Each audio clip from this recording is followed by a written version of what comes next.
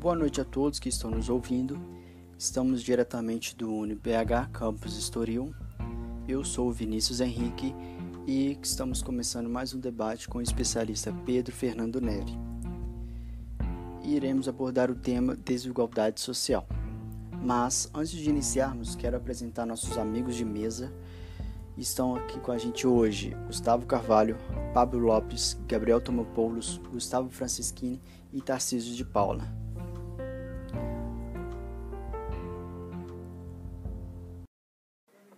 E para quem ainda não o conhece, Pedro Neri é professor, doutor em economia, consultor legislativo do Senado e também colunista do Estadão. E hoje separamos algumas perguntas para começarmos o debate. Pedro, você acredita que pode haver crescimento econômico sem o aumento da desigualdade? Olá a todos, obrigado pelo convite.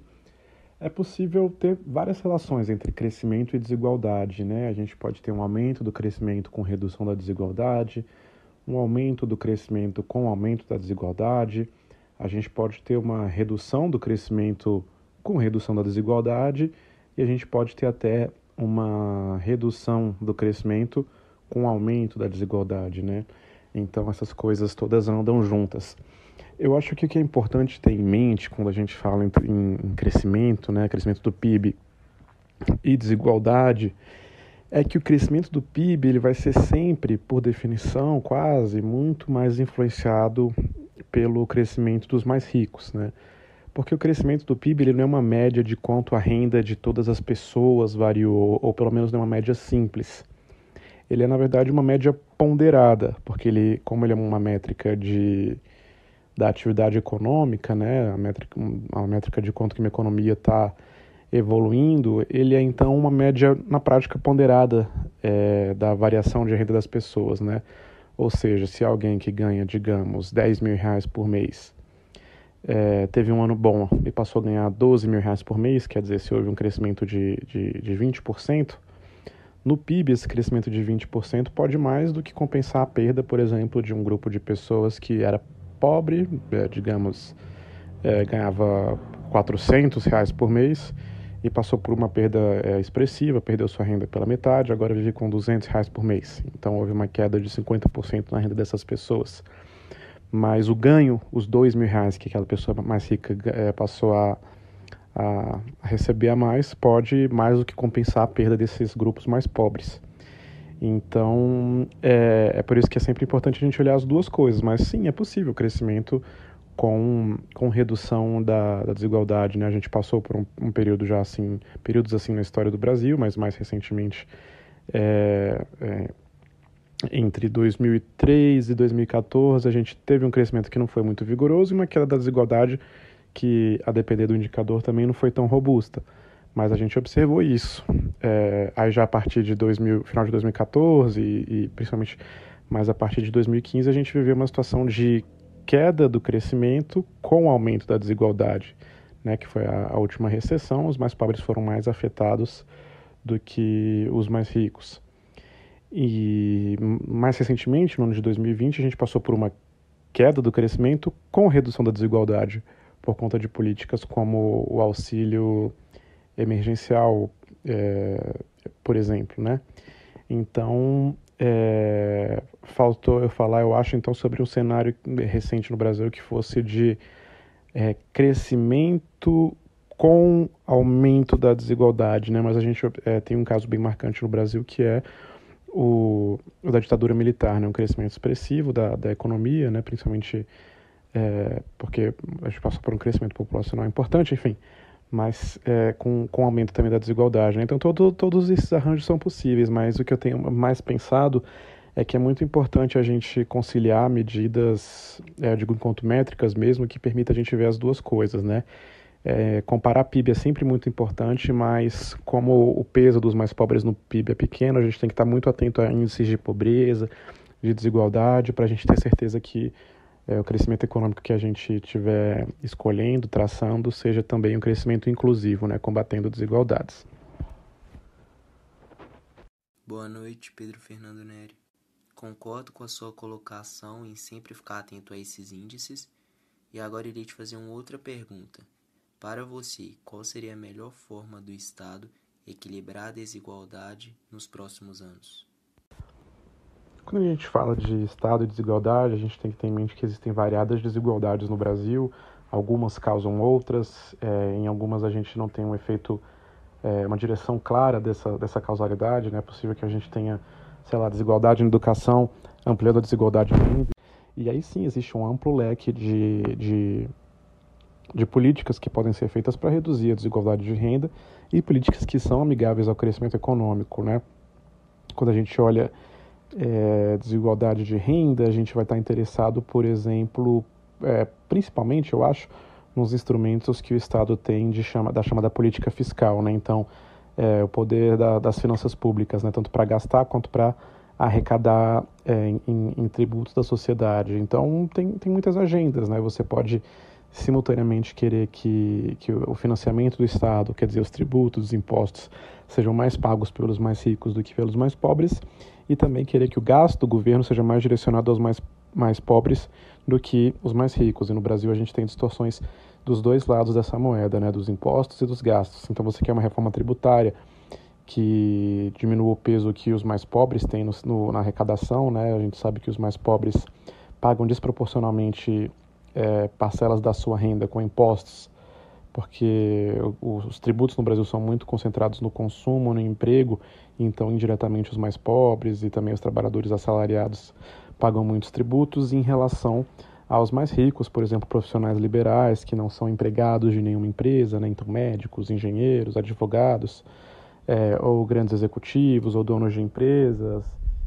Todos esses têm facilidades normalmente no nosso sistema tributário. Então, uma questão importante vai ser sempre a reforma tributária, tanto as reformas tributárias que mudam a tributação do consumo, aqui um nome-chave é o do economista Bernard Api, quanto as reformas que alteram a tributação da renda, né, fazer com que os mais ricos paguem parcela maior da sua renda como imposto, por exemplo, no imposto de renda. Hoje eles têm acesso a uma série de isenções, deduções, que permitem que mesmo pessoas que ganham muito, muito bem, paguem alíquotas bem baixinhas no imposto de renda, né? Então são distorções que têm que ser corrigidas.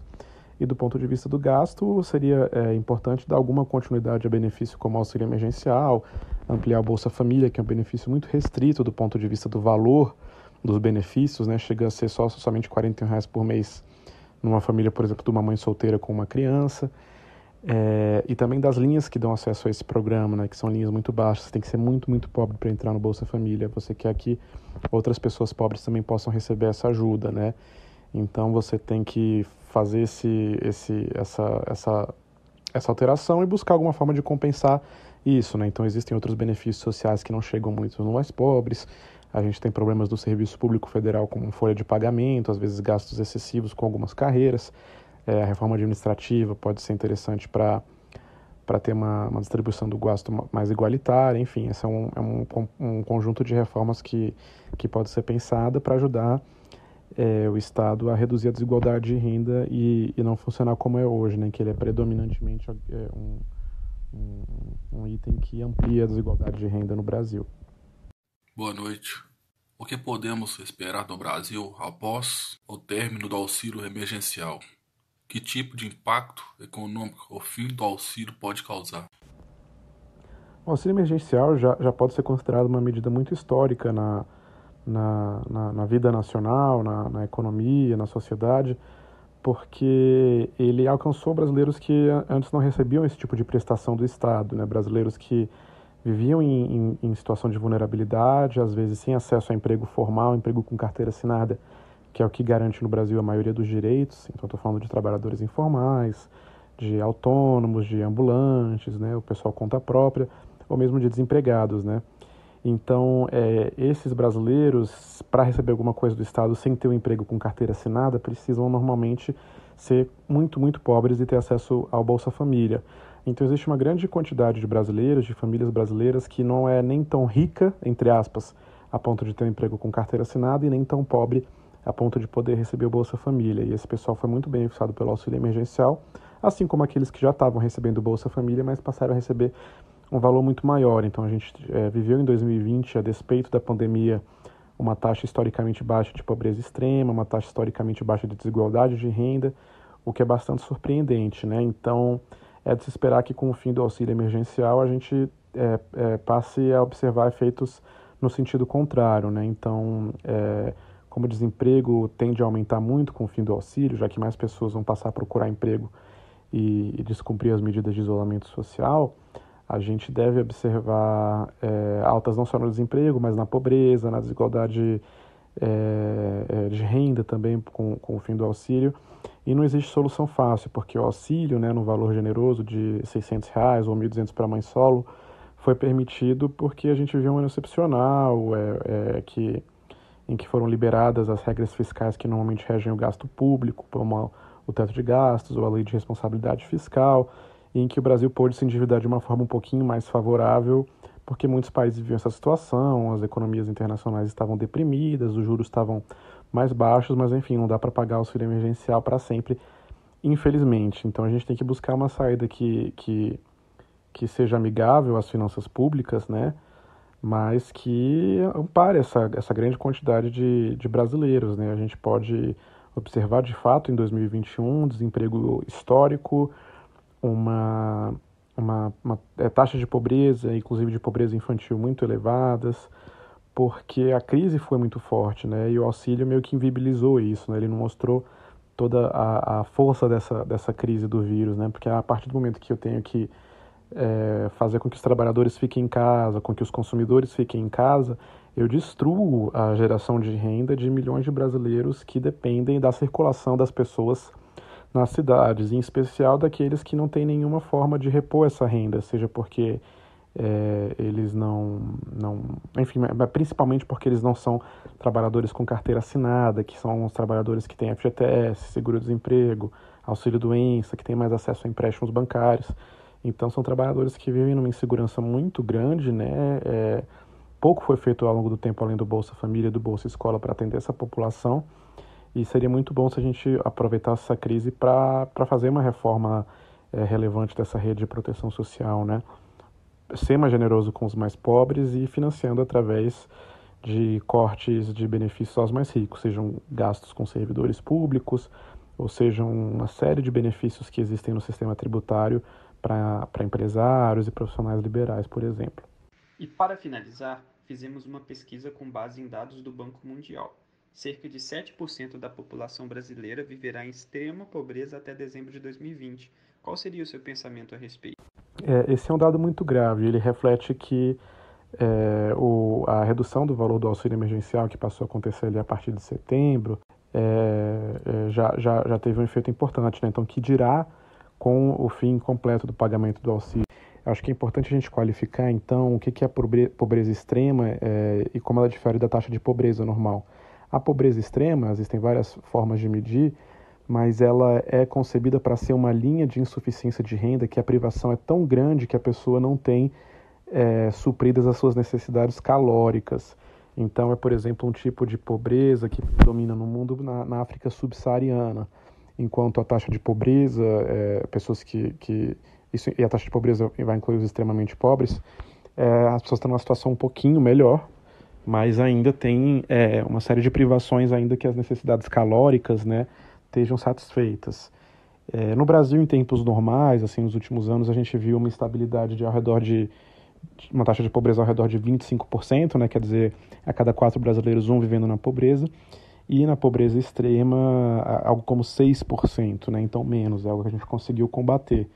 Mas o fim do auxílio emergencial é muito preocupante nesse sentido, porque nessas estatísticas estão sobre-representadas alguns grupos da população, né? Jovens adultos, população negra, mas principalmente crianças e crianças negras, né? Então a gente está falando de crianças que vão ter dificuldade de se alimentar, crianças que vão ter todo tipo de privação no seu ambiente doméstico, né? Qualidade da habitação muito ruim, falta de brinquedos, de estímulos, de leitura, e viver em ambientes em que os pais são muito estressados, frequentemente só a mãe, ou até medicamente deprimidos, né?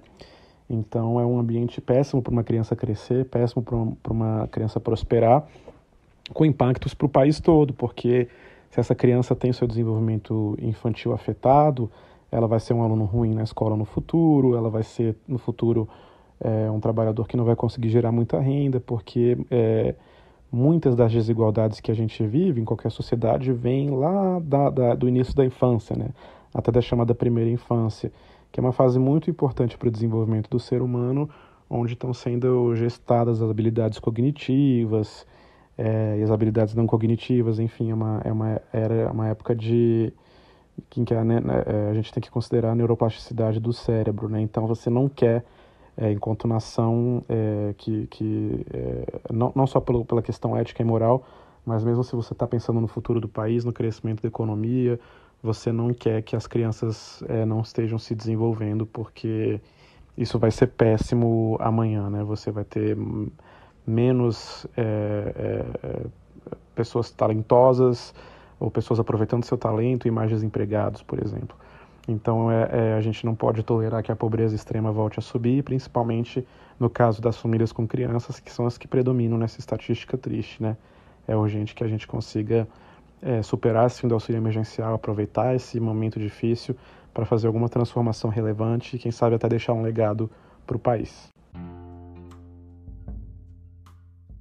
Gostaríamos de agradecer a presença do Pedro Neri e, se você quiser saber mais sobre esse tema, pode segui-lo nas redes sociais e acompanhar as colunas postadas através do Estadão.